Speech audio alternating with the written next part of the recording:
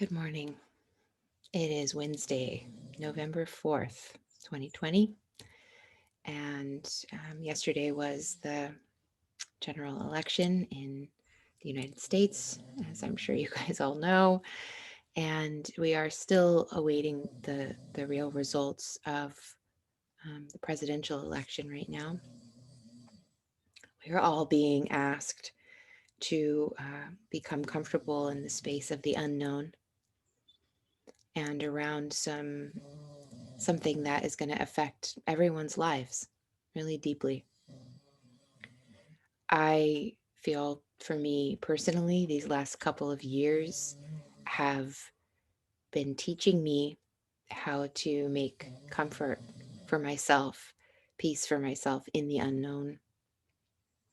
And I imagine that whatever's going on in your own life, you've also been learning to dance with grace, with the unknown. And so this week, just a really, really simple, basic practice for us is learning how to drop from the verbal to the nonverbal. This is a very simple way of putting it. And I'm just going to read a quick quote for you guys from Nisargadatta about this. He says, and actually he's talking about working with mantra, which a lot of us in Nowhere Village do work with mantra, and I make that an option.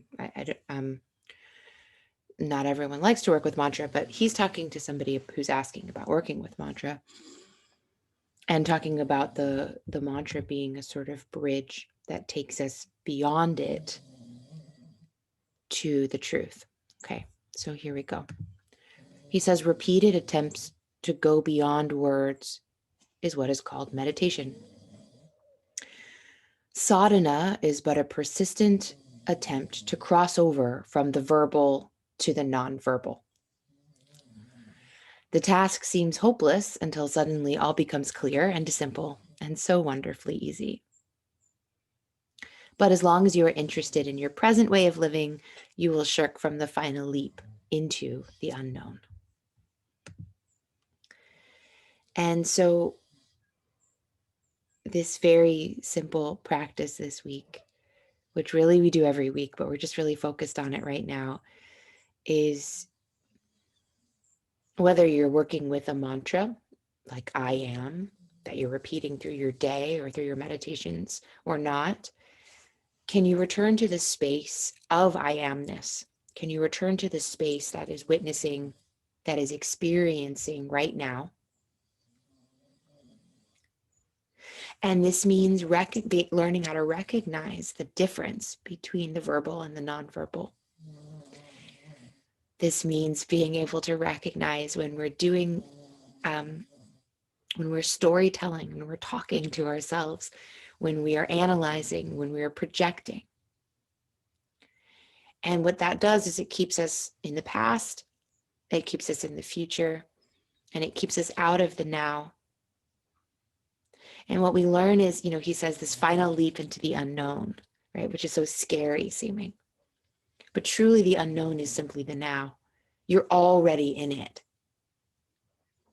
The stories are just the ways that we keep ourselves in denial, that keep ourselves kind of dancing with a shadow of reality, as opposed to letting ourselves realize we are already all the way in the unknown, in this now. And it's not as scary as we think it is. So that's it. That's the work this week.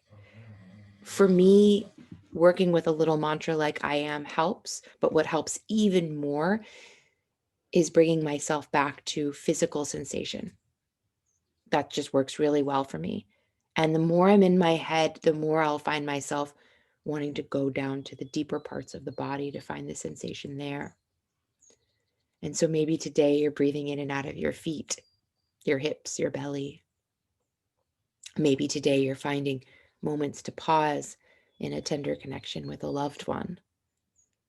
What does it feel like to be connected in the now? And whatever you do, you'll notice, if you're anything like me, that there will be some storytelling around it. There will be some trying to fix the sweet moments and project them into the future. There will be some rejection or judgment of things that feel uncomfortable and an attempt to prevent them from happening in the future. And what I ask is, can you take moments throughout it all just to return, just to come home?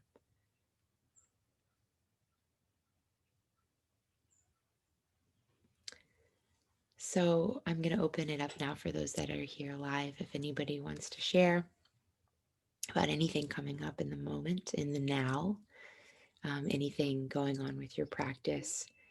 And yeah, just speaking a little bit about what's coming up for you on its own can be really clearing, healing. But of course, what tends to happen here is that we also have a few really wise, loving beings on the line. And so you may also, as a bonus, get a little care and wisdom from the community in exchange for your sweet offering.